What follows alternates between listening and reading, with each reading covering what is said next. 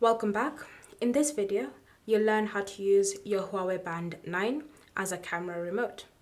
So all you need to do is simply grab your connected device. It can be your iPhone or your Android phone.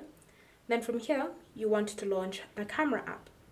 Once you've launched the camera app, then it's time for you to navigate to the Band apps menu. And in the apps menu, you want to scroll until you get to this option, remote shutter. Tap on it. Then from here, once you've confirmed that you've launched the camera app on your phone, you should see this shutter icon.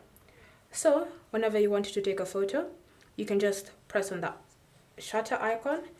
It will do a countdown and then a photo will be taken on your phone. If you want to eliminate the camera timer completely, just tap on that timer until you see there's no timing remaining, so either 2 seconds or 5 seconds.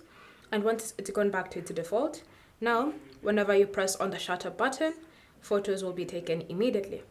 So it's up to you to decide if you want to add the timer and what period the timer is going to go for, or you can just choose to remove the timer completely. Thank you for watching. If you have any questions or comments, leave them down below and we'll get back to you.